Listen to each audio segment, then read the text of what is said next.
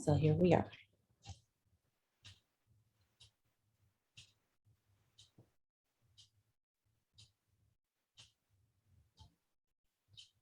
Good morning, everyone. It looks like most people have joined us.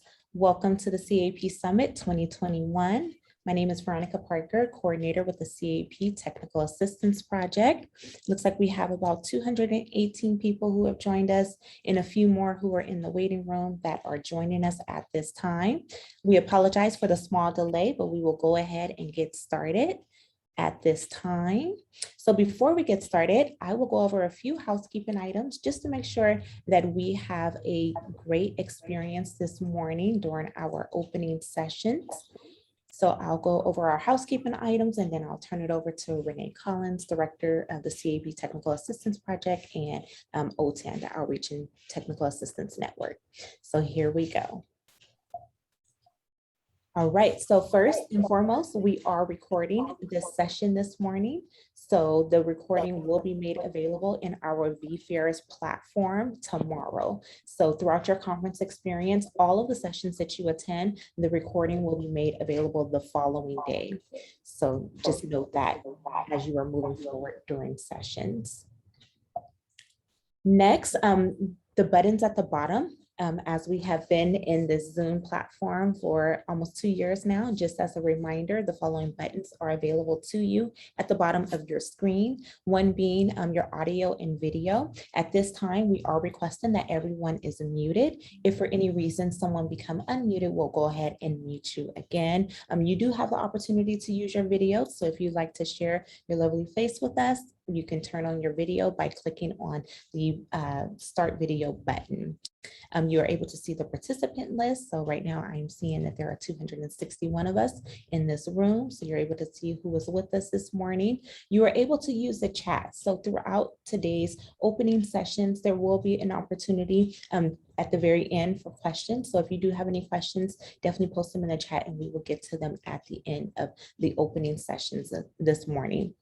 The live chat has been enabled. So, the live transcript has been enabled. So at the bottom of your screen, you will see closed captioning.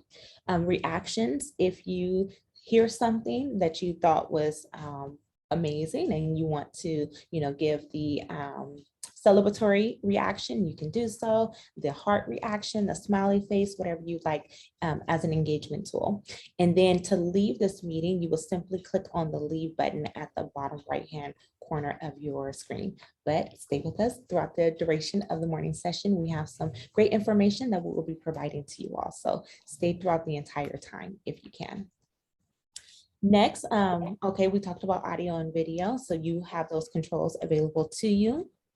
And then chat, so you are able to save the chat, and we have enabled that feature. So if there's great conversation going on, maybe some resources being shared, some links being shared, you're able to click on the chat and the 3 communication buttons at the on the right-hand side, you're able to click on those and you'll be able to download the chat and save that for future reference. And in the vFairs virtual platform, just a reminder of some of the navigation bars, the navigation bar and some of the buttons that are on that navigation bar. So you all should have entered the lobby when you logged in. And you should have hopefully visited an exhibitor in our exhibit hall. You, of course, have access to the agenda. That's how you are able to attend this session. And then the resources that are there, as well as the information desk. If for any reason you need technical assistance, whether it be regarding the conference program or the virtual platform, you have access to technical assistance via the CAP technical assistance team or the vFairs technical team. So we have those resources available to you. We will not use breakouts during this session, but they will be available in some of the breakout rooms and breakout sessions. So we'll skip through some of this stuff following the presenter. So we will have PowerPoints that will be shared this morning. So if you need to exit your full screen or you want to resize it, you are able to do so using the controls at the top of your screen. And then evaluations. So evaluations are extremely important to us at the CAEP Technical Assistance Project. We do utilize the results of our evaluations to inform our decisions, especially as it relates to future planning, whether it be regarding professional development that we provide year-round, or the CAP Summit, because we do this on an annual basis. So we take those evaluation results and we implement changes to the conference experience. So the evaluations are extremely important. So you'll have access to day one sessions. We are hopefully streamlining the evaluation process, where there are just going to be 4 links total, 1 for the overall evaluation and 3 separate links for each day of the conference experience. For day 1, for example, you will have a drop-down menu where you'll be able to access different evaluations for the different sessions that you attend, but you'll use the same link over and over again to evaluate each of the sessions you attend. We're hoping that instead of having 71 separate evaluation links for all of the sessions we'll be offering over the next 3 days, we're hoping that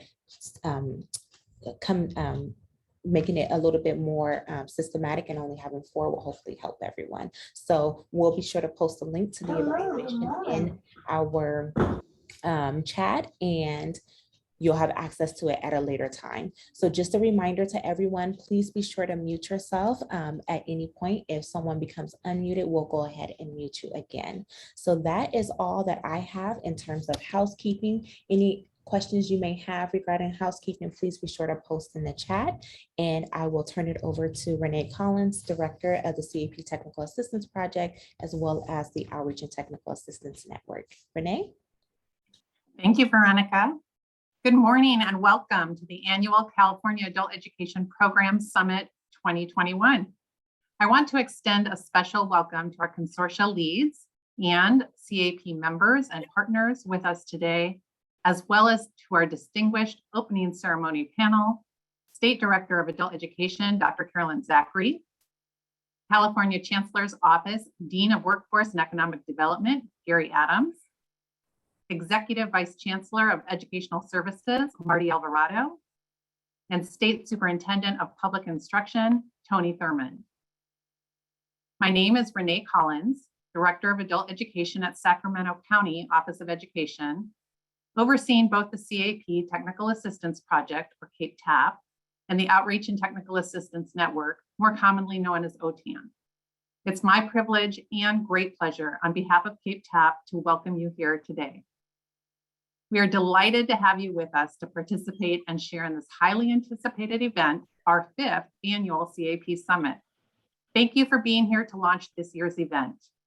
That many of you have committed to engaging with us virtually for the next 3 days serves as a reminder to all of us how important our work is. The California Community College Chancellor's Office and the California Department of Education are working in partnership to administer the California Adult Education Program. With 7 approved program areas, CAP serves close to 1 million students that enroll in non-credit community colleges and K-12 adult education programs annually. CAP appropriates funds through 71 regional consortia across the state that include more than 400 members from community colleges, K-12 adult schools, county offices of education, and a variety of community partners, including but not limited to local workforce investment boards, libraries, and community-based organizations. California adult education programs support adults 18 years and older to meet their educational, work, and life goals, which can include earning a high school diploma or high school equivalency certificate, learning to speak English, learning to become a citizen, exploring careers, learning new job skills, and earning job certificates. Ultimately, students in CAP programs gain skills to be contributing, productive members of their local economy and communities. A special thank you to our frontline and support staff, our teachers, counselors, transition specialists, and others who are key to making these outcomes possible. This year, our summit theme is reimagining adult education. Same foundation, new way forward. Recovery, equity, transition. California adult education began in 1856 and has provided a solid foundation from which to grow and expand. Ongoing challenges with the pandemic, racial injustices, and inequities require us to reimagine and re-engineer programs that address these challenges head-on to increase student recruitment, retention, persistence, and ultimately goal attainment. We have some amazing presenters that are prepared to share with us how they're addressing challenges in their own agencies and regions. CAEP has scheduled 60 sessions that address the CAEP state priorities of equity, leadership, learner transition, program development, technology and distance learning, program evaluation, and marketing. The adult education state priorities align with the Chancellor's Vision for Success goals and the CDE state superintendent's initiatives. Other conference highlights include the recognition of our top 2 scoring programs for the Advancing California Adult Education Model Programs nominations and our CAEP update with Dr. Zachary and Gary Adams directly following this welcome session. Tomorrow at 8:30 a.m., you will not want to miss our plenary speaker with Dr. Kiana Good. She is the Assistant Commissioner for Adult Education and head of the Office of Adult Education in Georgia. Dr. Good's plenary address will build upon Dr. Nagiro's 2020 message. To educate adults, equity must be at the core. The need for system-level strategies to identify and eliminate learner barriers, and the need for a vision to pursue equity. At 1:30 on Wednesday, participants can take part in mini sessions designed to ask a leading content person how to apply information related to a topic area at the consortium and local level. The mini sessions are meant to be a conversation, an elevator chat per se, as opposed to a presentation. And later on in day 2, we will offer 6 networking or jam sessions to choose from, and discussion will be facilitated by your adult education colleagues. The purpose of a jam session is for attendees to come ready to discuss and exchange ideas on a predetermined topic. Discussion will be lively and interactive. Throughout the event, be sure to check out our exhibitors in the exhibit hall and participate in the sponsored breaks and lunch sessions to hear more about what our exhibitors have to offer. We can't have a summit without a leaderboard and prizes. Donations have been provided by our generous exhibitors.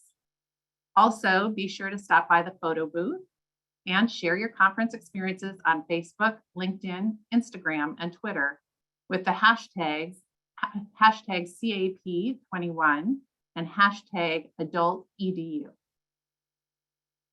Our summit wouldn't be what it is without the active input of our summit advisory team and my extended team from CAEP TAP. A huge thank you to the following advisors and team members: Emma Diaz of Inland Empire, Netta Anasari with OTAN, Karen Ruiz of the Sequoias, Pang Bang Yi from State Center, Christy Smith of Mendocino Lake, Ilsa Paulette from South Bay, Michelle Steele from Lyric, and Justin Gorentz of Lyric. Also from the CAEP TAP team, Veronica Parker, Mandalee Gonzalez, and Holly Clark.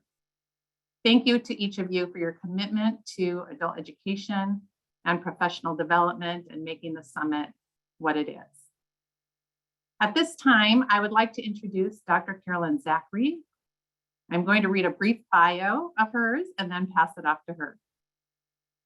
Dr. Carolyn Zachary is currently the State Director and Education Administrator for the Adult Education Office in the Career and College Transition Division at the California Department of Education. Her office is responsible for administration and management of the Federal Workforce Innovation and Opportunity Act Title II grant, as well as co-administration of the state-funded California Adult Education Program. Prior to her time in the Adult Education Office, Dr. Zachary was the administrator for the office with the Federal Perkins and State CTE incentive grants. She was on the team responsible for the revisions to and professional development for the California Career Technical Education Standards. She is the past president of the Executive Committee for the National Association for Partnerships and Equity. And prior to joining the CDE team, Dr. Zachary was a county office program coordinator where she started a county administered adult education program. Within her 33 years in education, she has also served as a site principal and teacher. Outside of education, Dr. Zachary is on the executive board of the California State Chapter PEO, providing educational opportunities for women. Carolyn? Thank you so much, Renee, and welcome everyone to the CAEP Summit 2021. I hope that you will take advantage of the 60 amazing sessions. I was going through the agenda yesterday and having a hard time picking just one in each one of the time blocks. And so I'm sure that many of you had a similar situation when trying to plan your schedule. Also remember to take advantage of the photo booth. I've already done my photo this morning, so follow up with yours. And don't forget to hashtag with the Summit 21 hashtag, CAEP 21 on your Twitter feed and LinkedIn so that we can generate some awareness of adult education throughout your social media. Adult education is important for the individuals that you serve. You are helping each person to reimagine themselves, to imagine their future. And with your help and with the guidance that we can provide here at the summit and all these amazing sessions, we hope that you will take your program to the next level. Thank you, Renee. Thank you. Now I'm going to introduce Gary Adams. Gary is a dean in the California Community College Chancellor's Office, Workforce and Economic Development Division, as well as co-administrator of the California Adult Education Program. Dean Gary W. Adams has over 3 decades of high-level management experience in higher education, general government, and in the private sector, receiving awards for excellence in service and accomplishment in all. In the private sector, he worked as a senior director or manager at 2 Fortune 500 companies, Deloitte and Blackboard. He also built the then largest information technology and audit consulting company in Philadelphia as its managing director, with the company later sold to Grant Thornton. In California, Dean Adams has worked for the Joint Legislative Budget Committee, the State Senate Rules Committee, the Student Aid Commission, the Governor's Office of Policy and Planning, and most recently, the California Community College Chancellor's Office. Gary? Thank you, Renee. I have the distinct honor this morning to introduce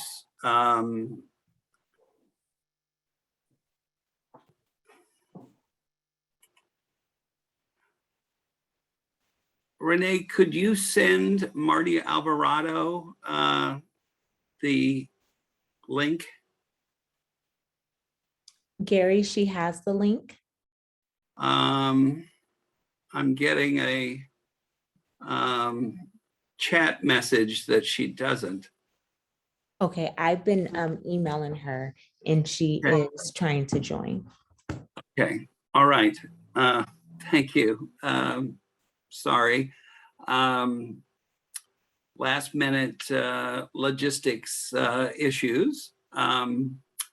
Thank you, Renee. I have the distinct honor this morning of introducing our system leader for academic programs and student support, Executive Vice Chancellor Marty J. Alvarado. She provides leadership and support for the academic affairs and student services programs at the California Community College Chancellor's Office, which is the administrative office for the largest system of higher education in the United States. In this role, Executive Vice Chancellor Alvarado is responsible for agency-wide policies and programs related to student support, instructional delivery, and curriculum.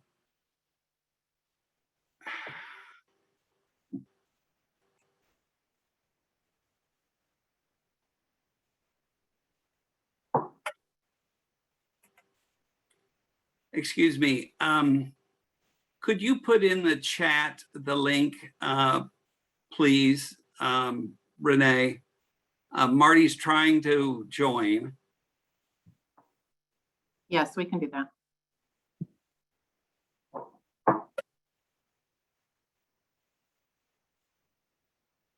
He may have difficulty joining if it's over 300 people in the room, because I had a hard time getting in as well. Maybe that's the logistic issue. Yes, we are working with the technical team at VFairs to increase the capacity.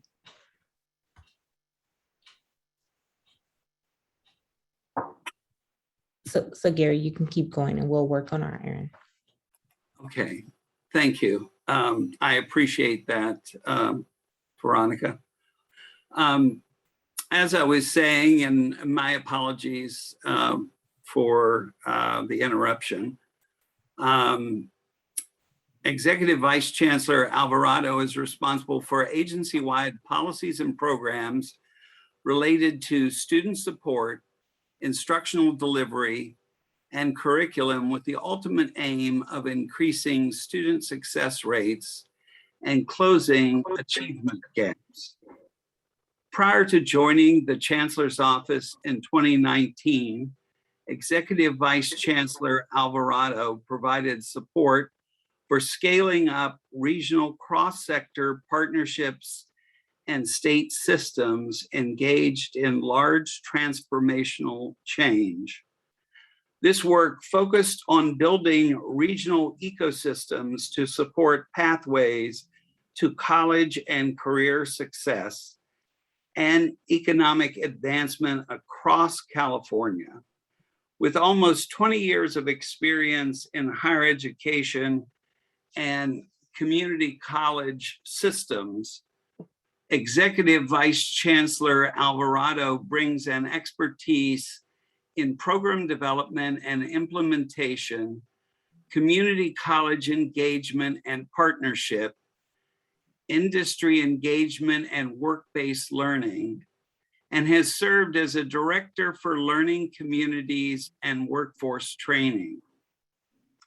Colleagues, it is my distinct honor to introduce to you Executive Vice Chancellor Marty Alvarado.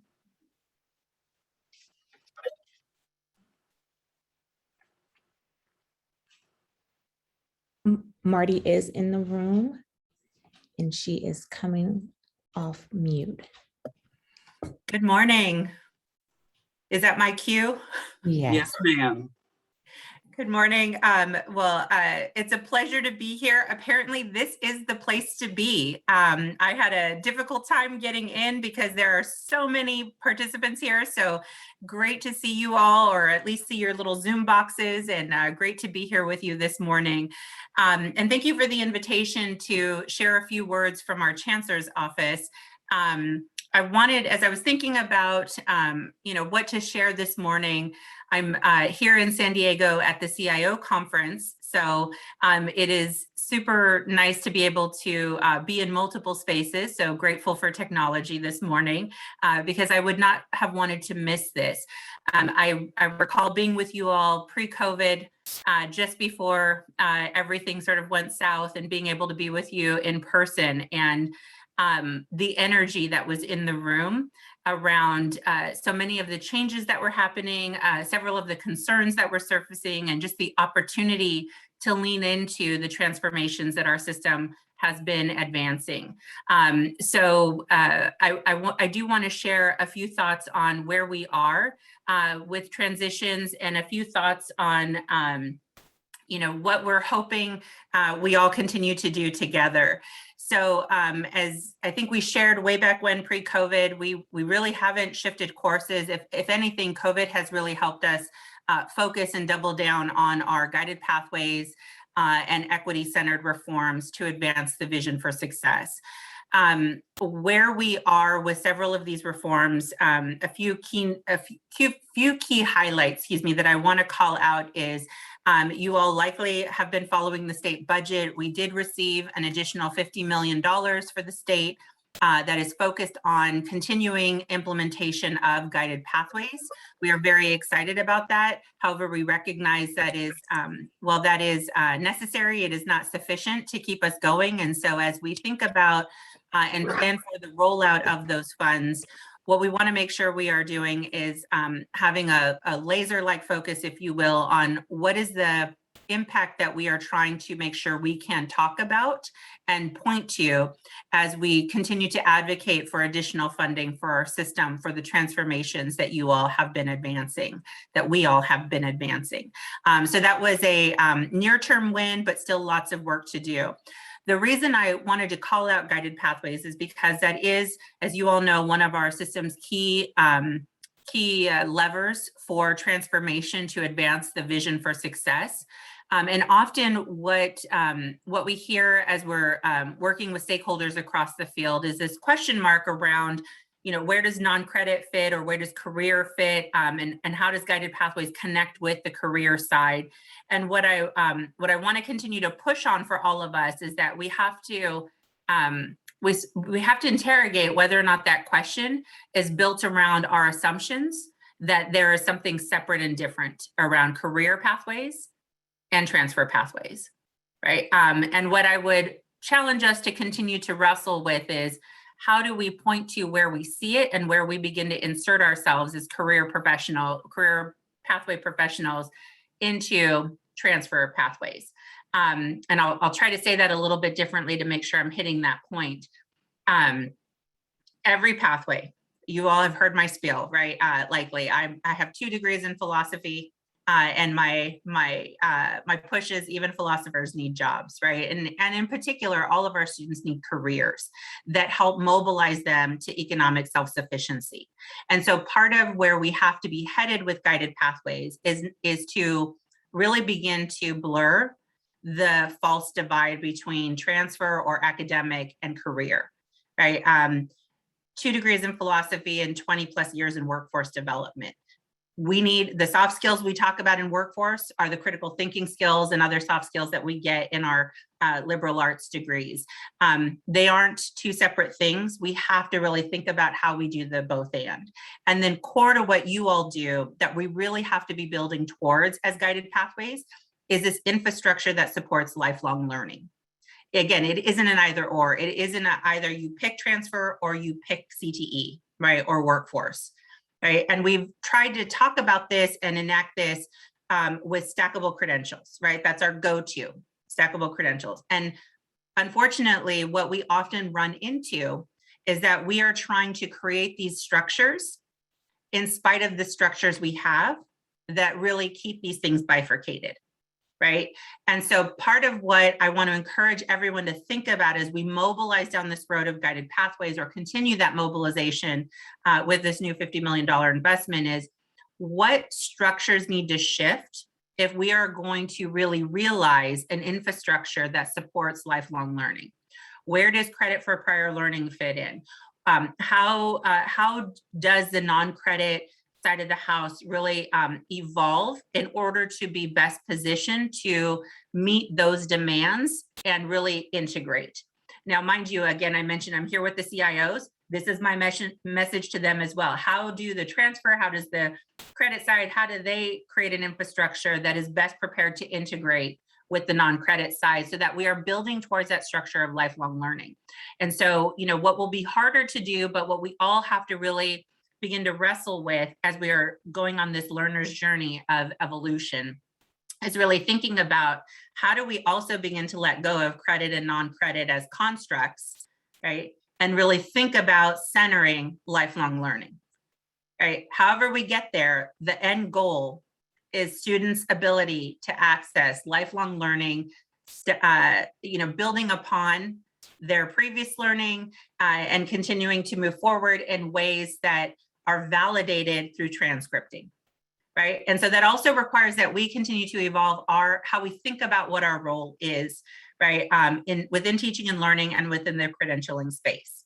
Because if that's at our core, right, then we can begin to dissolve these false constructs, right? Because college work is college work, right? And we've created these constructs in order to perpetuate the elitism that is inherent in higher education systems, right? And I pause because I wrestle with, how explicitly do we need to call this out? And I think ultimately the answer is very explicitly. I will say we wake up every day here at the Chancellor's office ready to come to work and dismantle inequitable structures. And part of that is being able to call out where the inequitable structures exist. And so this sort of brings me to our DEI work, our diversity, equity, and inclusion work here at the Chancellor's office, and in partnership with all of our stakeholders across the field. As many of you know, we have had a really robust agenda around diversity, equity, inclusion that started with the Vision for Success and was only strengthened as we went through 2020. Prior to 2020, we had a task force, a diversity, equity, and inclusion task force that has I'm sorry, I'm noting things in the chat and they look so good. So I'm gonna try not to get distracted. But thank you to everyone who's posting things in the chat. So the task force was meeting pre-COVID, pre-2020. The task force identified 68 recommendations, really focused on trying to ensure diversity of our faculty and really wrestling with what the composition of our institutions look like in terms of personnel relative to the composition of our student demographics. Again, 68 recommendations, they're all available on our website. We can share that afterwards. And then following that task force recommendations in the adoption by the board, a work group was implemented made up of a number of state level association stakeholders. Each of those associations had a work plan. Here is the work that we think our association needs to do in order to realize and advance full implementation of these 68 recommendations. And so that work has been progressing. It's been amazing to be in a space with colleagues who are not only wrestling with hard concepts, engaging on a learner's journey of none of us, really, or most of us, I shouldn't say none of us, most of us did not go to school to become experts in diversity, equity, and inclusion. And so really being able to be in that space of how do I learn more? How do I ask questions? And then how do I wrestle with conceptually what structures do we need to have in place as a system in order to move this forward? They're really hitting on, as I noted, it was about our staffing and our demographics of our system staffing or our staffing system wide, our personnel system wide. They're really wrestling with hard concepts around personnel, right? And so one of the big efforts that is moving forward that I would encourage everyone to keep an eye on and join us in advocacy around is about embedding DEI criteria within evaluations and tenure review. All evaluations and tenure review, from CEO to administration to classified staff to faculty. And the conversations that have been happening in those spaces, in the work group spaces, has been incredibly powerful around how do we ensure that this is an opportunity to support development and understanding and learning in order to reduce microaggressions in the classroom, in order to reduce microaggressions across our campuses, and in order to really strengthen the inclusive environments that we are trying to create both for on campus and in the classroom.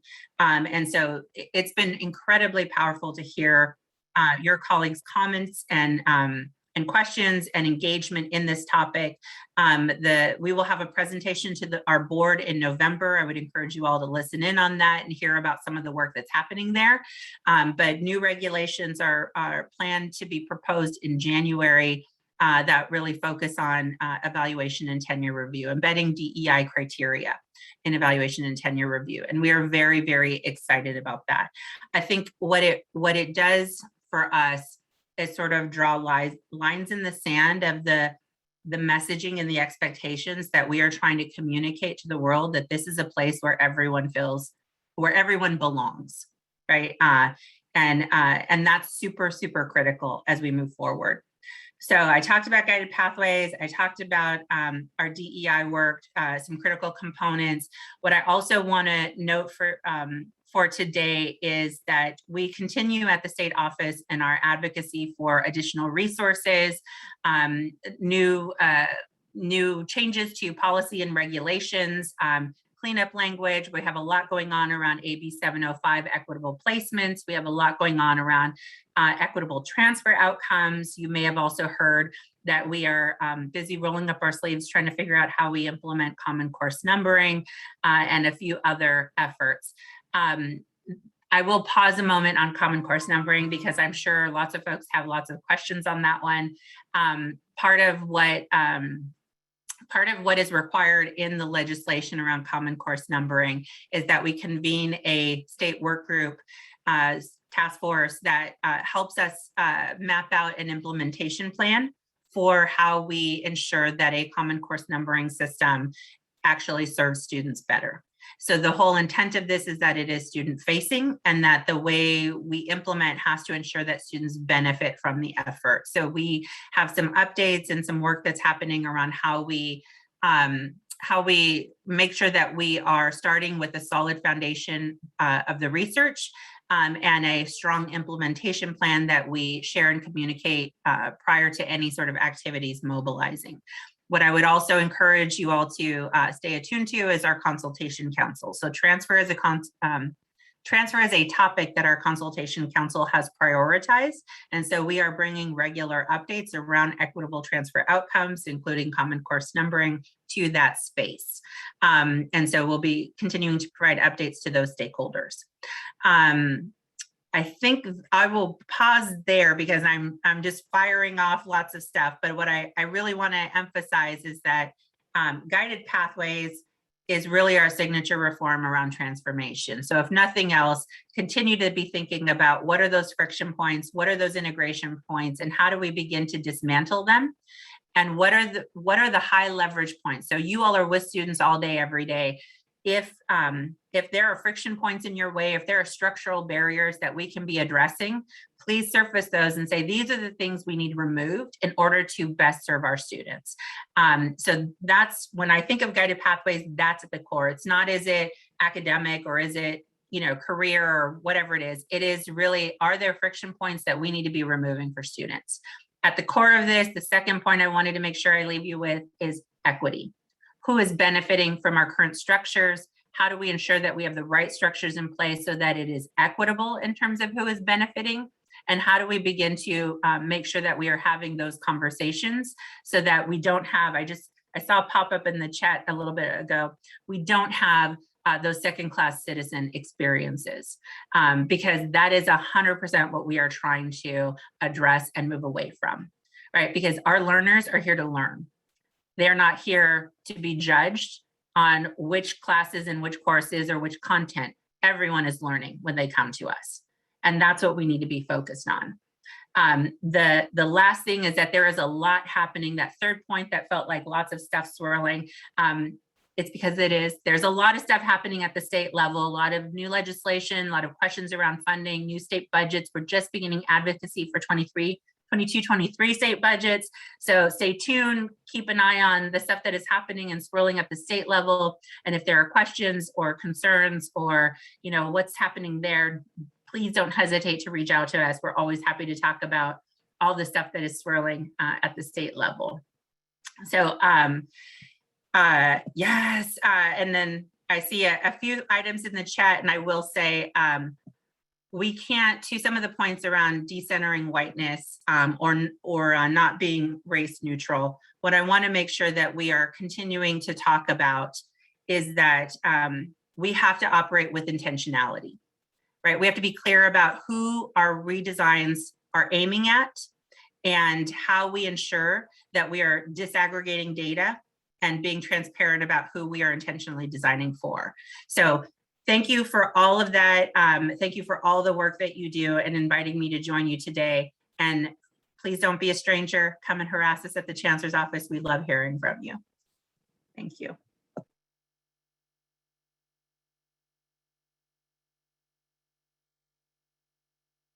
Thank you so much. That was very inspiring. I want to now invite Dr. Zachary to introduce our State Superintendent of Public Instruction. Thank you so much, Renee, and thank you for those inspiring words from the Chancellor's office. We appreciate those. So it is my pleasure this morning to be able to introduce to everyone Superintendent Tony Thurmond. He was sworn in as the 28th California State Superintendent of Public Instruction on January 7th in 2019. Superintendent Thurmond is an educator, social worker, and public school parent who has served the people of California for more than 10 years in elected office. Previously, Superintendent Thurmond served on the Richmond City Council, West Contra Costa Unified School Board, and in the California State Assembly representing District 15. Like many of California's public school students, Superintendent Thurmond came from humble beginnings. His mother was an immigrant from Panama who came to San Jose, California to be a teacher. His father was a soldier who didn't return to his family after the Vietnam War. Superintendent Thurmond met him for the first time when he was an adult. After Superintendent Thurmond's mother died when he was 6, he and his brother were raised by a cousin who they had never met. His family relied on public assistance programs and great public schools to get out of poverty. His public school education allowed him to attend Temple University, where he became student body president. He went on to earn dual master's degrees in law and social policy and social work from Bryn Mawr College and began a career dedicated to service. Much of Superintendent Thurmond's social service work has focused on improving the services provided to foster youth and directing programs that provide job training to at-risk youth. He also led programs that provide help for individuals with developmental disabilities. Tony has 12 years of direct experience in education, teaching life skills classes, after-school programs, and career training. Superintendent Thurmond lived in the Richmond City served on the Richmond City Council from 2005 to 2008. While on the council, he served as liaison to Richmond's Youth Council, Youth Commission, and Workforce Investment Board, and the council liaison to the West Contra Costa Unified School District. He was chair of Richmond's 2005 Summer Youth Program, which employed 200 local teens.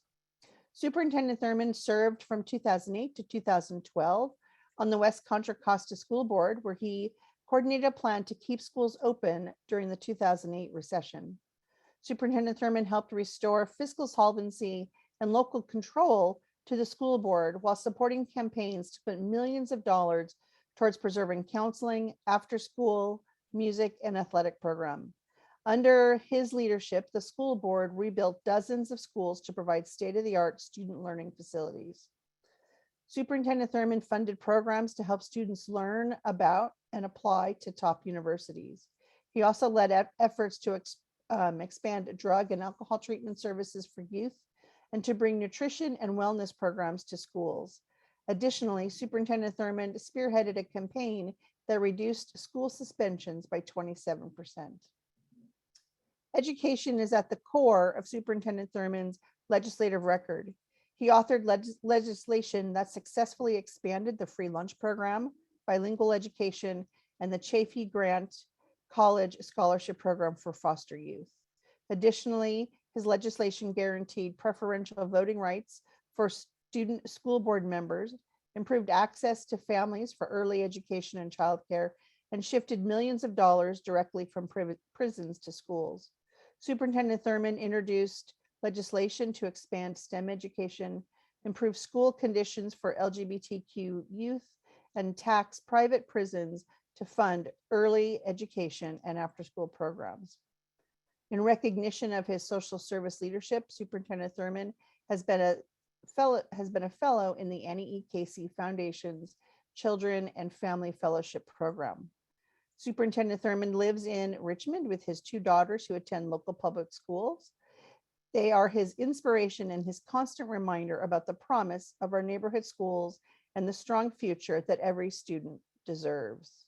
It is my pleasure to now introduce Superintendent Tony Thurmond. Thank you, Dr. Zachary.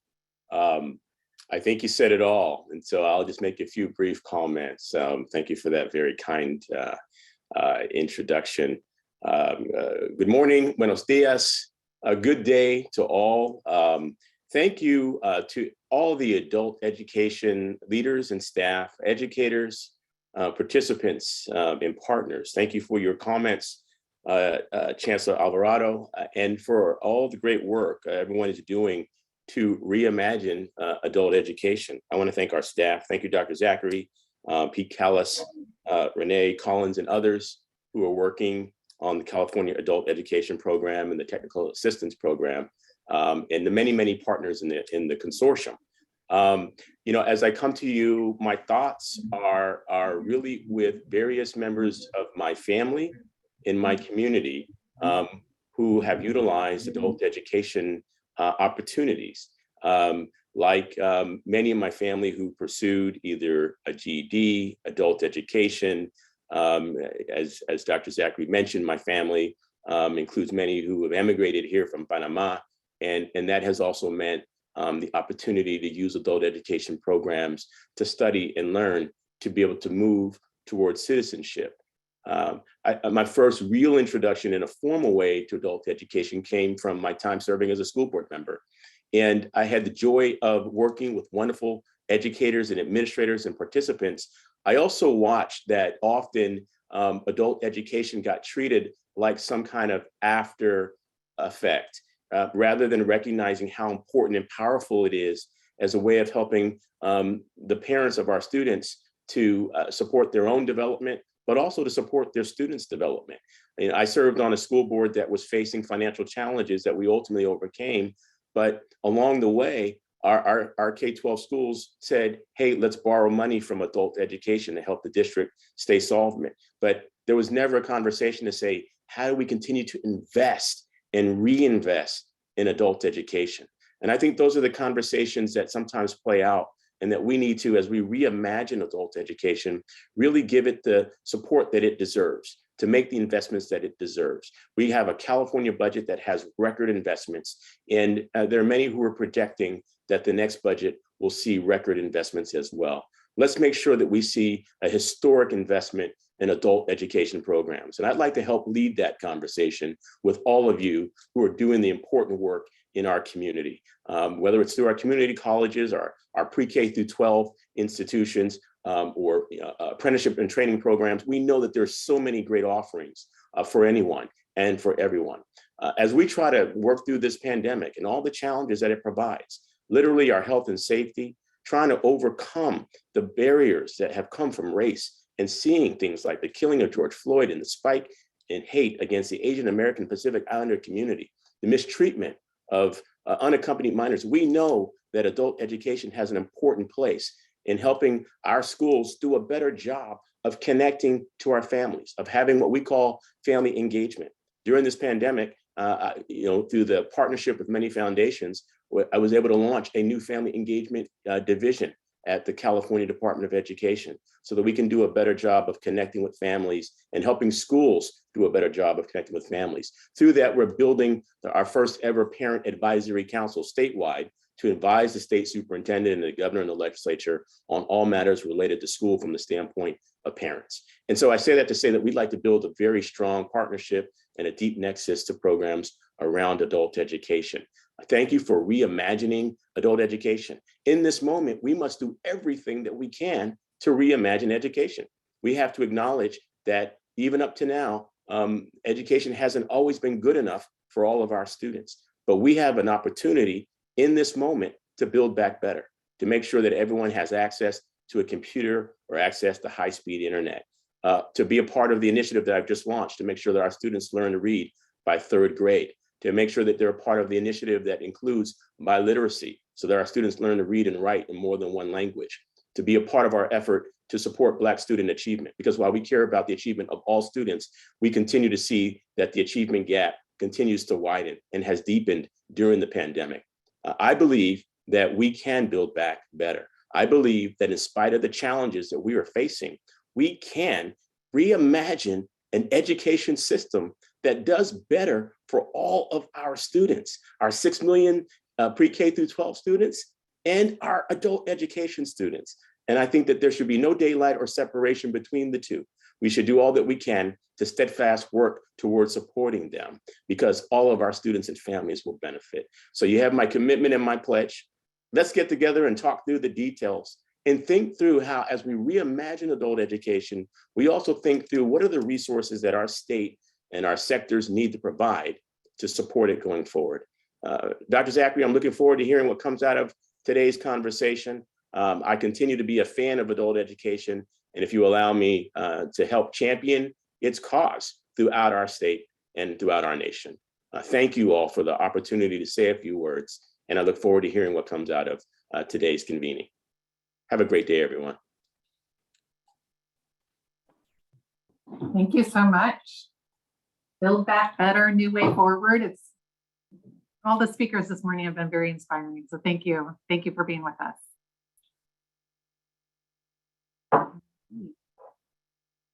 At this time, we are going to transition into recognizing our Advancing California Adult Education Model Programs. This last spring, CAEP TAP launched our new website, Advancing California Adult Education, and in conjunction, the first annual Advancing California Adult Education nomination process. So consortia and member agencies were encouraged to submit innovative, emerging, and promising practices aligned to the CAEP approved program areas and to one or more of the CAEP state priorities. This year, 14 consortia or member agencies completed the nomination process and met the rubric's minimum score to be recognized as a model program. The rubric asked consortia and member agencies to identify how the need for the program was established, how the resulting program addressed the need, the unique features of the program, any outcomes and supporting data that was available, and replicability of the program for other consortia and member agencies. All qualifying nominations are available to view in the exhibit hall and on the Advancing California Adult Education Model Programs tab on the website. And you get to the website by going through the caladulted.org or CAEP website. The two top scoring programs have been invited to the summit. They were provided a booth in the exhibit hall to highlight their programs and have a program highlight videos video that is in process of being developed, but unfortunately it was unable to be completed for showing at the summit. But instead, we're going to hear directly from our top scoring programs today. And I will start with the first, the Los Angeles Regional Adult Education Consortium, or LYRIC, has been using online platforms to deliver professional learning to their teachers throughout the pandemic. They used a similar approach to reach out to students and termed it the LYRIC Edge Conference. Briefly, Justin Gorence and Michelle Steele are here from LYRIC to tell us about how they identified a student conference as a need, the response or how they responded to that need, and some of the initial outcomes from the conference. So I want to invite, do I have Michelle or Justin out there to come off of mute and share about your program? Good morning, Renee. Thank you so much. My name is Justin Gorence from the LYRIC office. So excited to be here. I'm joined by my colleague in the office, Michelle Steele, one of the tri-chairs of the conference. Unfortunately, our other tri-chair, Monlay, wasn't able to join us this morning. Also want to say thank you. We're so honored for this recognition. And we have to give a shout out to our member districts, our point people, our executive board, our project director, Lanzi Astorias. We got a tremendous amount of support on this event. It wouldn't have been successful otherwise. All right, so the LYRIC event, the conference, what was it? How did it occur? Where did it come from? So just to give you a little bit of background, the EDGE event really grew out of these discussions we were having with our action planning team members. And the action planning teams for LARIC really operate as kind of the engine that makes our annual and 3-year plans go. And we were having this conversation about how to best provide transition resources to our staff and students, how we could support transitions to college, especially, you know, in a COVID environment that is so difficult. So we started to look at how we could use the structures that we had kind of already built for our online teacher conference that had just occurred, and how we could support students directly. And it really kind of all came together in the creation of this, our first student-facing event. So Michelle is here, and she's going to tell you a little bit more about the event itself. Michelle. Thank you, Justin. The LARIC Edge conference actually came together very quickly. We dreamed up, as Justin said, the idea and talking to our action planning teams at the end of the year last year, and got this conference idea approved in late January, and then by April we have this big conference. We wanted the event to be very practical and useful for students and staff, and include the field as much as possible in its creation. The intent really is for us last year was really to support the field as much as possible and put things out quickly that are practical and useful right now. So we hosted many open advisory meetings and invited everyone from the field who wanted to participate to come. Based on these discussions, we laid out what the conference was going to look like. It included some traditional sessions, but then also we wanted really to connect students with people. So we had campus talks and information booths that were set up for each school site to really not just have people share about what they offer, but to connect them with an actual human being that, that the student can contact after the event. We also put together these really great things, like these career sector talks. So we brought people from all the different consortium members together to share sessions and talk about what kind of careers are available in the top 10 sectors, and then how their programs support those different jobs in those career sectors. So it's really great just bringing even our presenters together. Our conference included 5 main strands. We focused on definitely pathways to college is where it began, but then we looked at, let's make sure that we share with students what are all different CTE options. We invited high school seniors and parents. We wanted to highlight also our adult education programs and basic skills programs. Our action planning teams came on board with, let's put workforce readiness skills in here because some students are ready to go to work. And then also all of our wraparound support services that are on our campuses and in our communities. One of our key commitments for this project was that it be very accessible for students. We used our own self-created platforms along with Zoom and sked.com to keep this event very low cost, free to participants. And we wanted students to be able, within a couple of clicks, to be able to jump into an event and get going without having to have passwords and usernames and any technical difficulties.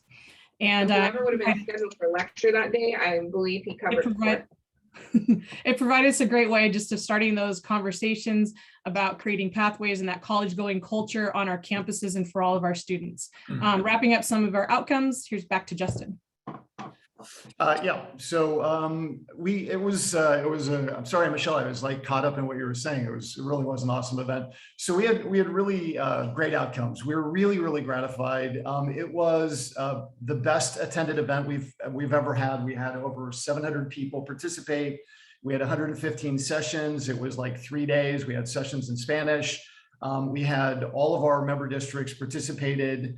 There are some people here that I'm looking at, some names that came to the conference as well. We were really excited to have you guys here at the event. And, you know, just as a quick aside, I think Michelle would agree with this. One of the things that was really effective for us was reaching out to teachers ahead of the event. We hosted these conference previews, and we created these lesson plans for how to utilize the conference and how to talk about the conference in classrooms. And it really did equal more engagements for teachers because they brought their classes to the event. We were really fortunate, as I said, you know, the consensus afterwards was that people really want to continue this event in the future. And, you know, Michelle and I are really excited. We're, you know, talkative in general. So if anybody here present wants to know a little bit more about the event or how you could do it yourselves, we'll definitely give you a how-to guide. You can visit laric.org, our website, or reach out to Michelle and me. We're happy to give you any information that you need to kind of help you along your way, big or small. It's an awesome event. Thank you so much, Renee. Thank you to both of you, Justin and Michelle. We recently interviewed, Veronica Parker and I interviewed our top 2 scoring teams, and we're able to hear much more in depth about their programs. And they really did have some great ideas around replicability for any size program. So I do encourage you, like Justin said, to reach out to them and see what you might be able to take away and build into your own consortium. So the next thing, thank you so much, you guys. Our other top scoring model program was Riverside Adult Schools Job Skills Substitute Preparation Program within the Riverside About Students Regional Consortium. And here to share about this innovative program is their director, Rachel Bromlett. And she's going to talk about how they discovered this need for a substitute preparation program, and about their response, their school's response, and some of the outcomes that they've had over the last couple of years of implementation. Rachel? Thank you. Hi, yes, I'm Rachel Bramlett. I'm the director at Riverside Adult School. We're part of the About Students Consortium, and I'm happy to be here today to share about our job skills program.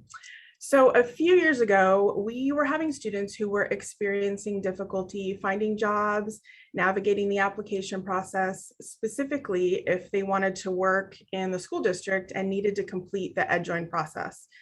At the time, we also found, at the same time, we found that the district was experiencing a high need in the area of substitute custodian and nutrition service worker substitutes. There were a high number of unfilled positions each day, which continues to be a concern now, just like the rest of the nation is experiencing. And we initially started out helping people on an individual or small group basis. And then we decided to formalize what we were doing and created what we call our job skills program. So adults who are interested in working in nutrition or custodial services in the school district join a 4-week course where they learn professional skills to navigate being a district employee in those 2 classifications. They work on a resume, obtain letters of recommendation, participate in mock interviews. They earn a food handler's card and a custodial certification. They hear from and work with the managers in both of those departments in the district about what to expect in the job. They tour the nutrition services facility, which is actually where the rest of my team is today on that tour. And they also watch demos of the equipment that they will need to use in both of those classifications. The students also complete the EdJoin application process and participate in drug and background testing and the physical exam that's required, as well as the district assessments that are required for those positions. So the classroom teacher and a dedicated human resources technician work with the students every step of the way, and having those 2 support people there to ensure that the right boxes are checked and the correct documents are uploaded to EdJoin, and just following up with the students about where they're supposed to be and when they need to report to complete the various parts of the process, like the physical or the drug screen, is really what makes this program unique. It's a true partnership between our school and the district office, specifically human resources, and the custodial division and nutrition services division within our district. Since 2018, when we started the program, there have been over 250 adults hired into these positions. And with the increased need due to COVID-19, we're really only seeing this number continue to grow. And many of those students who were hired as substitutes are now full-time permanent employees with us. So not only did they get their foot in the door for a substitute job, but it helped them transition into being a full-time employed adult with benefits working in our community. So we're pretty proud of the program and the impact that it's had on students in the district and the community. And if anybody is interested in how we actually pulled it all together, I'll put my information in the chat so you can reach out and we can talk. But it's definitely something that even on a really small scale can be done in conjunction with really anyone's school district. So I thank you for letting me come today and talk about it.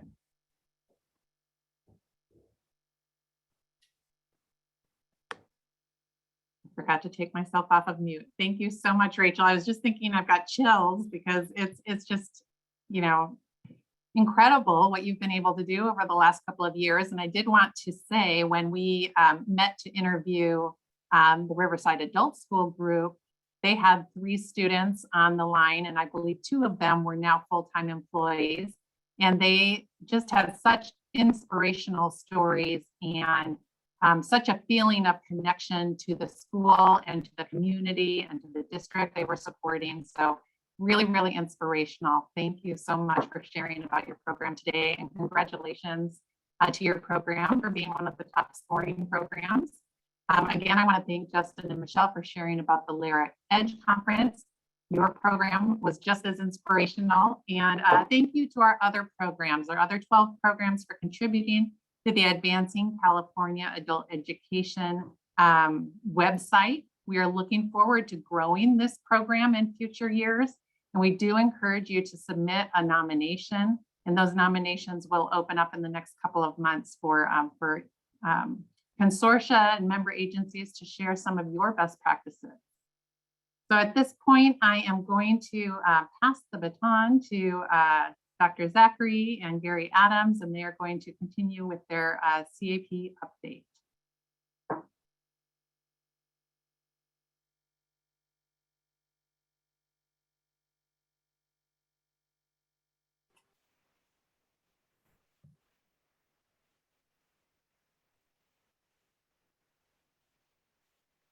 All right, do we have our slide deck? Yes, just one moment. All right, thanks. You're welcome. Thank you, Renee. Thank you, Veronica. Yes, you are welcome. All right, thank you so much. And what great programs to highlight. Gary, don't you think? They were great. Absolutely. Innovative and uplifting. And I think models for replication across California. I agree. I agree. All right. So Gary and I are here to give you the CAEP update. So if we can go on to the next slide. So this is our agenda for everything that we're going to cover today. We're going to look at some statewide averages, talk a little bit about where we're at with CAEP funding, COVID relief and its impact, the teacher shortage that it looks like Riverside is doing a good job of kind of addressing that. We'll talk a little bit about dual enrollment, information on the new legislation related to the Brown Act, talking about the changes that are happening between at the chancellor's office and new staff at CDE. And then we want to highlight the move to Canvas. So next slide. Now I realize these numbers are a little small, and we can go ahead and have this posted. These are the statewide averages that we have for 2021. Now just realize that this is about 85% of the data, because we don't have all of the data yet that goes into launch board. So we're still waiting for that last 15%. But I don't see that the trend is going to change.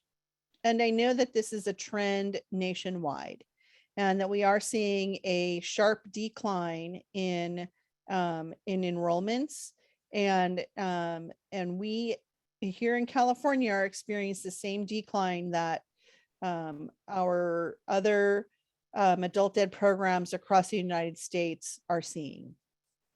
So this is just our program areas enrollees. Next slide. This gives you some information on the data as it relates to students that have had 12 or more hours, participants that have had one test, those that have had a pre and a post test, the number of students that made an educational functioning gain or any type of another gain. And I know that there's a great session. I'm going to highlight a session after our main sessions today on those students that are in that less than 12 hours. and a focus on those students. And so I encourage you, if that's a big portion of your student enrollment, if that session might be great. Emma Diaz, I believe, is doing that session. Next slide. Oh, no, not Emma. Dr. Toybe is doing that. Again, more data here on, this is a breakdown by program area, ESL, ABE, ASE, CTE. And again, it's the same data looking at that one test, a pre and a post test, or educational functioning gains. So this is data that will be in the preliminary ledge report that we are wrapping up to submit. So that'll be in that piece. Next slide. All right, so as many of you know, we had some changes this year in how funding was delivered to in the budget, and how we were going to work together with the chancellor's office on moving that money. In past years, we've had to do a very complicated process called an interagency agreement, which is very similar to a contract, and takes time on both agencies' sides to really get that contract going. So this year, in the budget, the Department of Finance put in language that allowed for the Chancellor's Office and CDE to send a memo to Department of Finance, and they would then submit an executive order to the state controller to transfer the funds from the Chancellor's Office budget to the CDE that were appropriated out to K-12 adult schools and fiscal agents who are K-12 adult schools. And then the balance would remain in the Chancellor's Office budget, and they would send those out. So we were able to move very quickly on that process, and with the help of the staff from both the Chancellor's Office and CDE, Sanjay and Neil Kelly, who was at the who was at the Chancellor's Office at that time, as well as Clifton from my office, worked very hard right before the 3-day July 4th weekend to ensure that we had the right numbers based on everything that you had all put into NOVA and to CFAD. And we were able to get that memo out and have those funds transferred. The first 2 months, you should have received your first 2 months. You should have also received September, and October was sent early October to the state controller's office. So I think we're on a good time schedule now. And if you are a community college as the fiscal agent or direct funded and you have not received any of those funds yet, please reach out to Gary.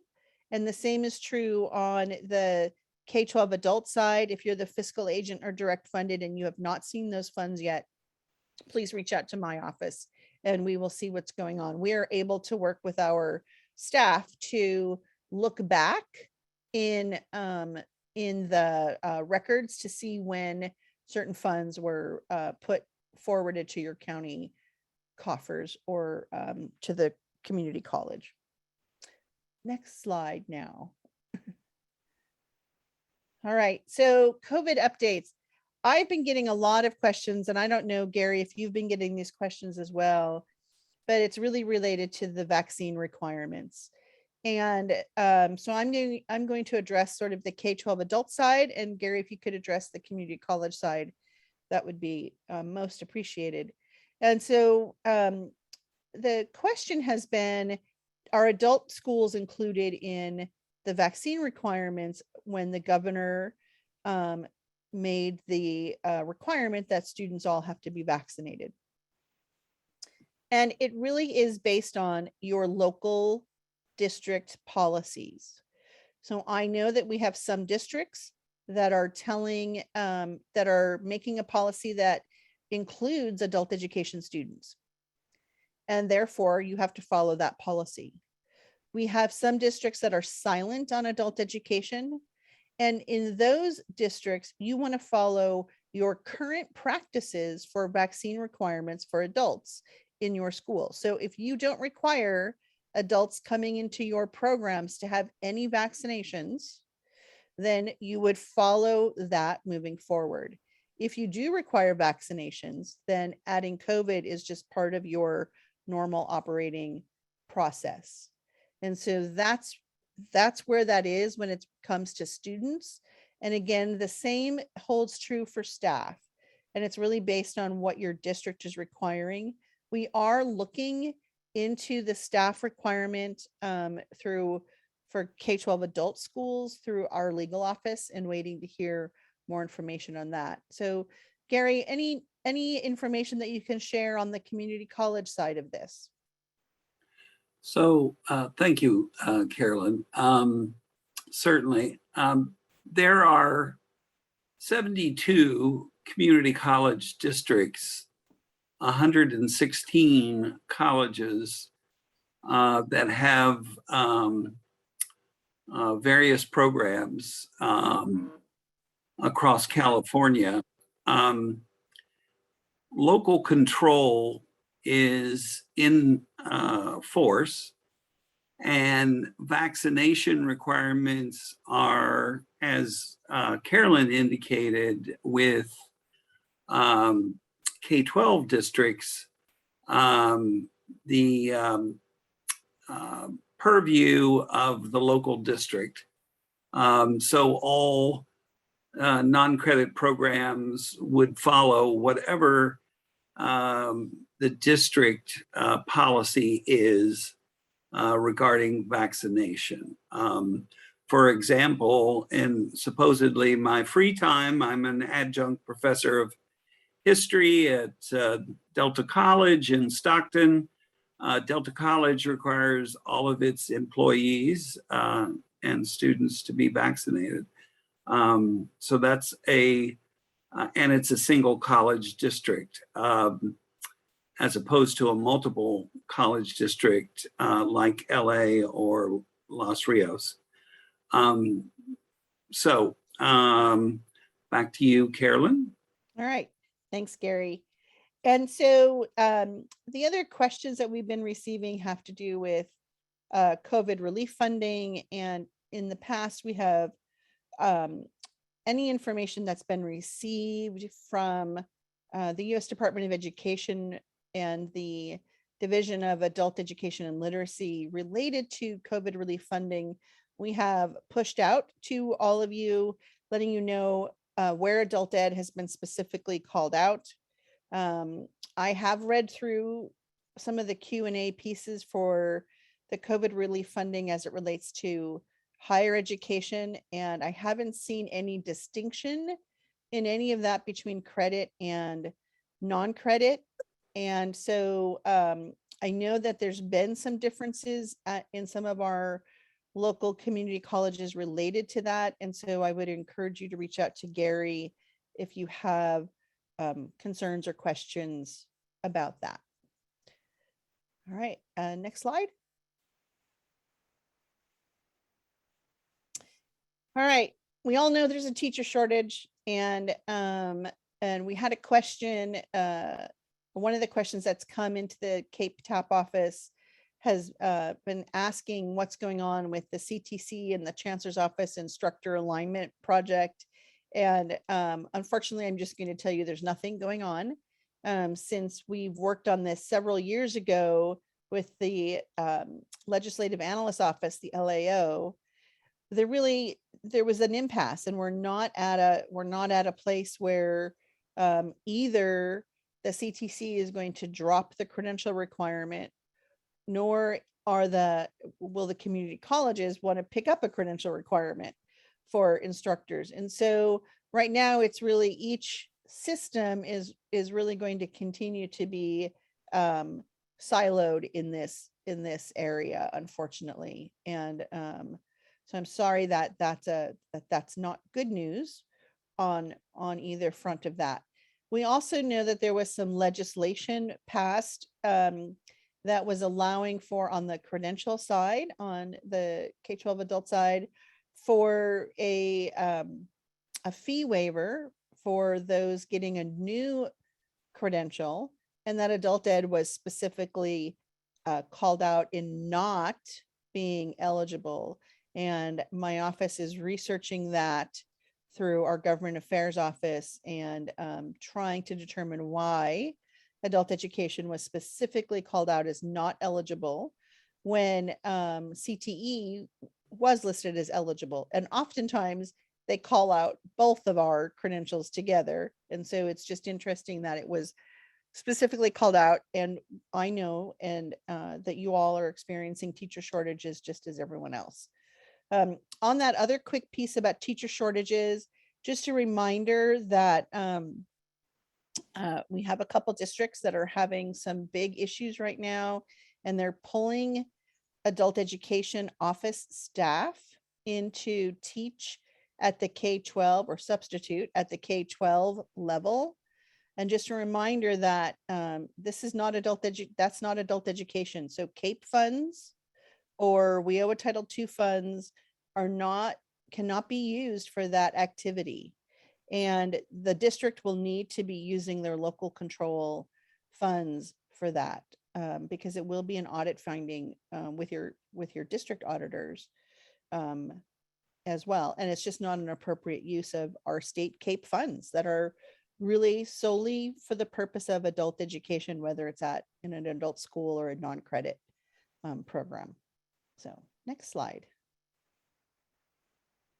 All right, Gary, can you, this has been a question that has come in again to the CAEP TAP office as it relates to dual enrollment. And I think there's some questions about policy. And again, this might be one of those that does have that local control piece to it.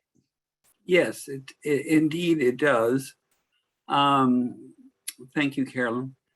Obviously, we're talking about Senate Bill 554 by Senator Roth from the 2019-20 session.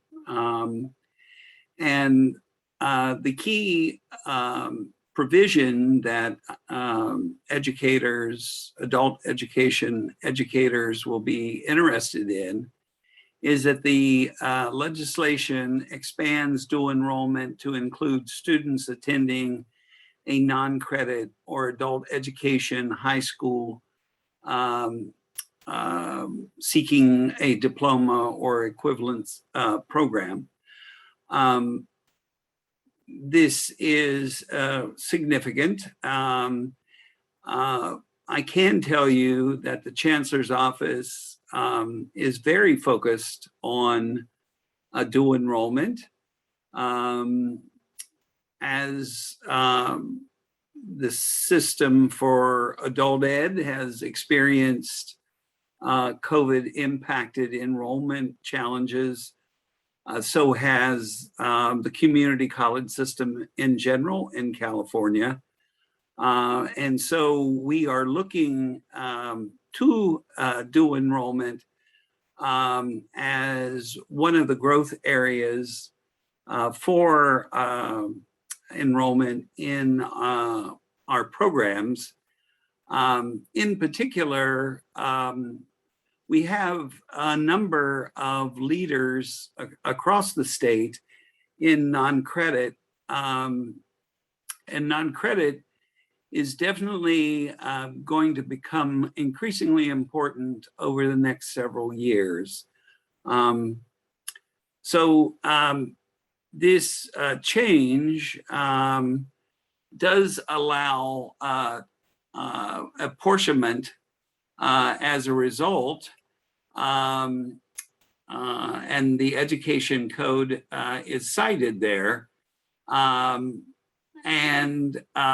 As Carolyn indicated, it is the community college district that must add the reference to the student enrolled under that education code section in the district's report of full-time equivalent students that districts do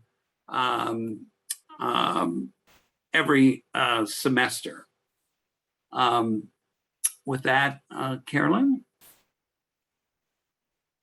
All right, thanks, Gary. I was just trying to answer a couple questions in the chat. Just a question on clarification for dual enrollment. That all of this, this also refers to our adult ed students, correct? And I know that Neil did put it in the chat that we have some issues with the number of hours, and I know that that's being looked at. So Mhm. is there anything else to add to that? No, it's an issue under review. I think the hour is at the 12-hour mark. As Neil indicated, it's still a topic under discussion and negotiation. Got it. Thank you. All right, next slide. All right, so so this is just an update to what's going on with the Brown Act. And so first and foremost, I am not a lawyer, and so I need to give you all of that information. But also, if you have questions beyond this information, I really recommend that you consult your legal resources within your district or community college district, because that's where you really want to, they'll give you the latest information. So this information is based on Assembly Bill 361, and that Governor Newsom signed in September, and it went into effect immediately, and it amends the Brown Act. And again, this slide deck will be available, so I think it will help all of you as you're walking through these Brown Act challenges. Next slide. So it's really looking at your all the steps here. So if your local agency chooses to use the teleconferencing exemption and forego the Brown Act's traditional posting, there are requirements that you have to follow. You have to give timely notice. You have to allow members of the public to find a way to access your meeting. And that could be through a call-in option or an internet-based option. So you still have to have that public access piece. And you also, next slide, because it says on the next slide, the other pieces you need. If you're going to be conducting these meetings using teleconference or video conference, you need to make sure that you are protecting the rights of parties and the public who are appearing before your body. So you do still need to ask about that. You need to have some accessibility requirements. So for example, if you're using Zoom, you would have closed captioning turned on. You also need to have a backup plan for what's going to happen in case, let's say you have a power outage, or there's some type of a network disruption. You need to have a plan to allow for what's going to happen, and that you're going to stop your meeting and you're not going to take any further action until you can have that public access restored. And I think that's the most important piece, is that, you know, Brown Act is really the protection of the public wishing to, one, hear the action of what's happening and be able to address the body that is taking those actions. Next slide. So just there's a couple notes. Yes, this one. Nope, the other way. I think I'm on slide number 4. One more. There we go. Nope. Nope. There we go. Okay, great.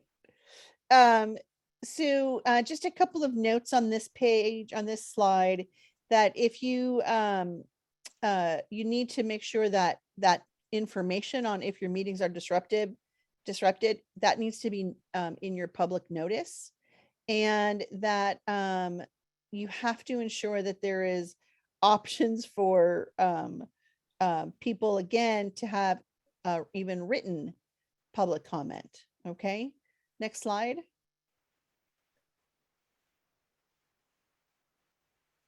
All right, so information regarding public comment. you should have the opportunity for real-time public comment. So again, that's through the video conference or teleconference.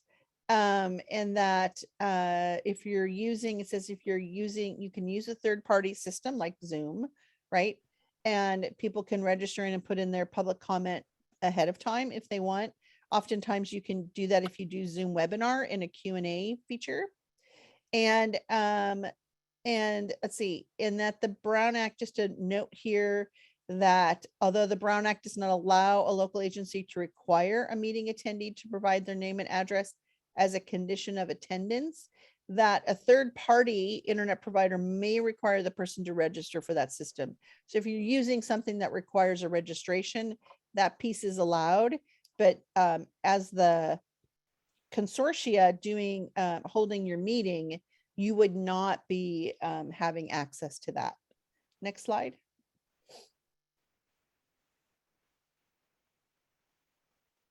All right, and then we've talked about public comment. It's important that you provide a public comment period for each of your agenda items, and then at the end, and that you can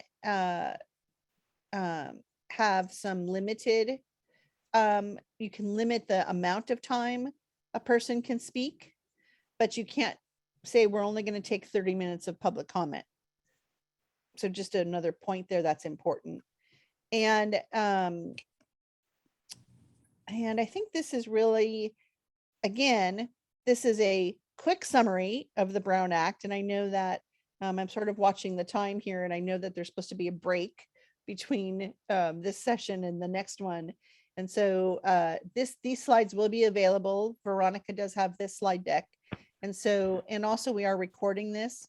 But again, I would really encourage you to work with local legal counsel to ensure that you are following, as a consortia, you are following the legal counsel, okay? And their direction on the Brown Act, because it is confusing. And I will just put it out there. All of these changes are a bit confusing. Gary, do you have anything you want to add about Brown Act items? No, I think you've been very thorough there, Thanks. Carol. Thanks. Okay, the next slide. Oh, sorry, there is a verification. I'm going to skip this, but again, there is every 30 days you have to determine whether you're going to be using these using this type of a virtual option. So every 30 days you have to go through a process. Next slide. All right, Gary, why don't you take this one? Thank you. Thank you, Carolyn. So there have been a number of changes. The first is that I added adult education to my portfolio, along with apprenticeship, nursing, and economic and workforce development program. It is indeed an honor to be able to join with Carolyn. She's been a delight to work with and very collaborative.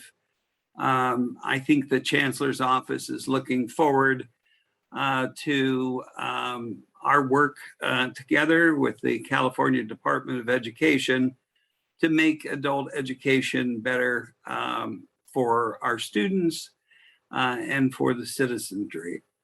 My email is there. Please, as Carolyn indicated, if there are areas that were unclear or if you have follow-up questions, feel free to reach out. There are some other changes in staff. Carolyn Young is our new adult education program lead. Her email is there. Sean McCobb is the program monitor. His email and Sanjay Mehta is a program analyst. I'll transition to the next bullet here and say that we all know Neil Kelly. He is highly respected throughout our system, not only in the chancellor's office, but in the California Department of Education, where he once worked before coming to the chancellor's office. Neil and I have been friends for 8 years. I have tremendous respect for Neil. Unfortunately, Neil decided that he wanted to return to the Department of Education. Unfortunately for us, fortunately for my colleague, Carolyn Zachary, because Neil carries with him an incredible knowledge of the system. Our staff is running hard to try and keep up with the new challenges, and Neil has been very gracious in working with us in the transition, as has Carolyn. Neil is now at the California Department of Education, and I'll let Carolyn continue this piece. All right. Thanks, Gary. And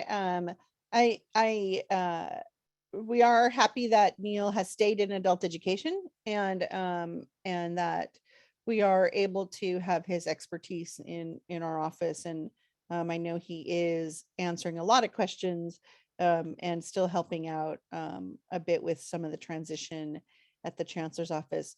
And we are, Gary and I and our respective individuals above us are working on a shared governance model that we really expect you all to be doing at the local level. And so we believe that we should be modeling that. And so, and having and being transparent about what we're doing.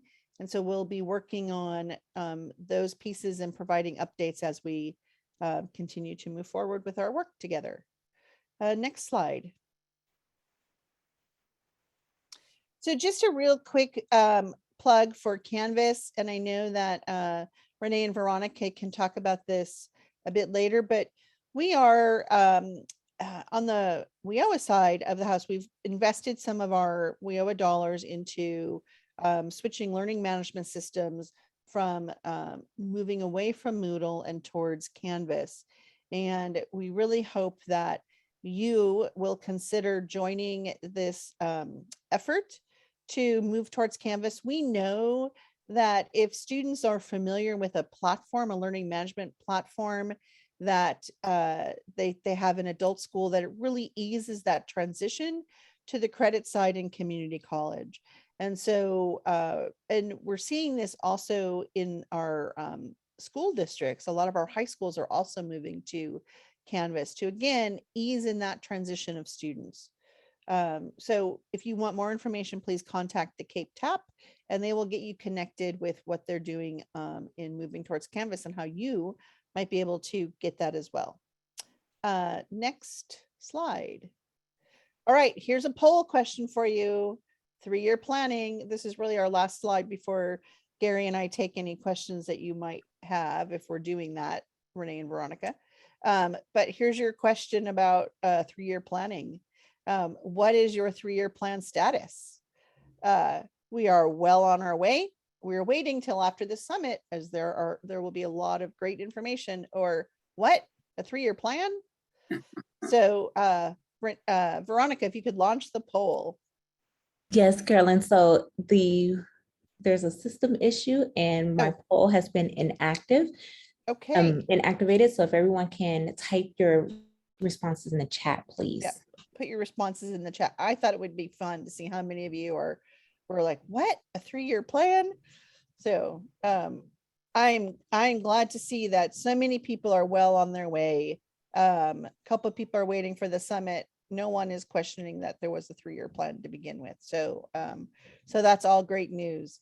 So I guess the next slide is really, I think, our questions, and we really appreciate all of the work that you are doing. And I apologize for all the noises. I am actually at my mom's and outside of Chicago, and I am not used to having the garbage truck come by. And earlier the guy was mowing the lawn, and lots of different noises that I don't usually have when I'm working from home in Placerville. So I apologize for all those noises. Okay, so Veronica and Renee, did you want us to answer any questions? I know we're getting close to needing a break.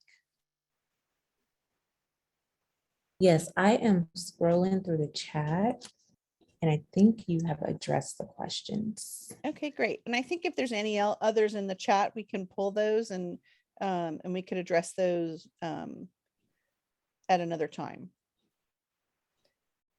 I'm so glad you can't hear any of those ancillary noises. Or we can do an FAQ and post it to the website. Yeah, we could put those on the CAEP website. That's a great way. Yes, I'm not seeing any, but if anyone has any questions, please go ahead and post them in the chat. Since there's a lot of traffic, we want to get them in the front.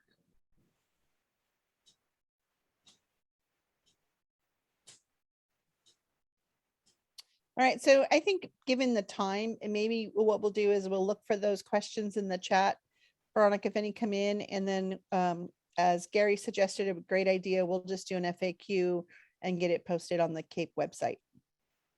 All right, sounds great. I'll turn it back over to Renee. All right.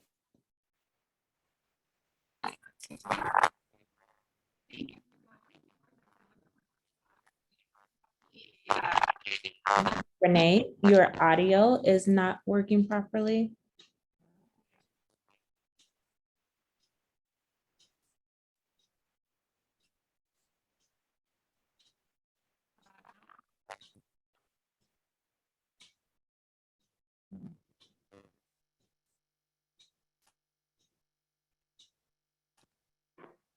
All right. I see your lips moving, but I don't hear your audio as of yet. Why don't you have Veronica? Okay, now I can hear you.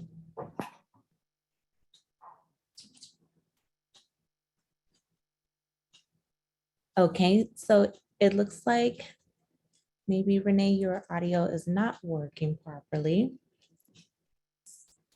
So I'll go ahead and close us out this morning. Thank you all very much for joining us during the CAEP Summit 2021 opening. Thank you to Dr. Carolyn Zachary, as well as Gary Adams, our CAEP leadership, and our distinguished guests, Superintendent of Instruction, Tony Thurman, and Executive Vice Chancellor Marty Alvarado, as well as you all, our attendees. We truly, truly, truly appreciate your attendance this morning. A sincere apology for the capacity issues. Even 2 years in, we are still having these technical issues, but thank you very much for hanging in there with us and being very patient with us as we work through those issues. And we were able to get everyone into the room. So we sincerely appreciate your patience and grace in that manner. Our next session will begin at 11 o'clock a.m. That's our first set of breakout sessions. We have 5 scheduled this morning. So be sure to go to the platform, check out the agenda and see what sessions are available. If you have not done so already, you do have the opportunity to create your own personal schedule. So you can add schedules to your personal VFairs calendar, as well as your personal worksite calendar, or if you're using a personal email account, you're able to add it there. So you'll be able to organize and plan for your virtual conference experience. During this break, please be sure to visit our exhibitor booth. They are, our exhibitors are available and ready to welcome you and engage with you in a conversation about how their products and services may be able to support your adult learners. We also have our leaderboard, which our exhibitors graciously donated to us, and you will be able to engage in activities and be able to win a prize that will be sent directly to your school site for your benefit. So visit the the exhibitor booth, as well as participate in those activities so that you can accumulate your points, which will be displayed on the leaderboard. We also have our photo booth. So as you are taking this break and you feel like posting a picture to our photo booth, definitely be sure to post your picture there and start chatting with everyone. We have the ability to create chat rooms. So if you have a pressing question or topic you would like to discuss with your colleagues, you're able to create a chat room. You are able to direct message with others. So if you have a colleague that you haven't seen in a while, you want to say hello to, or you want to ask someone a question, you can go ahead and direct message them. Be on the lookout for announcements that we'll be pushing through the platform. And then last but certainly not least, please be sure to complete the evaluation. We definitely appreciate your feedback as we are working to making sure that our CAEP Summit meets your needs and provides that great conference experience, whether it be virtual or in person. So we do have an evaluation for the CAEP Summit update. The CAEP update, and we'll be able to provide that feedback to Dr. Carolyn Zachary as well as Gary Adams. And for all of your individual sessions, complete the evaluation. And then at the end of the conference on Thursday, complete the overall evaluation. Again, we truly appreciate your feedback, good, bad, or indifferent. We always want to make sure that we work to improve to meet your needs. So with that, Renee, are you back, or would we just close off the session? I'm going to give you the opportunity.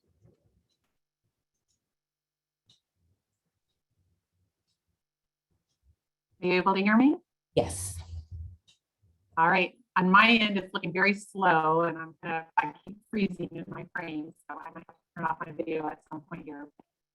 Thank you, Veronica, for giving us that wrap up and encouraging folks to go and explore the rest of the platform. I do want to thank Dr. Zachary and Gary Adams, and from the Chancellor's Office, Marty Alvarado, and from CDE, Superintendent Tony Thurman.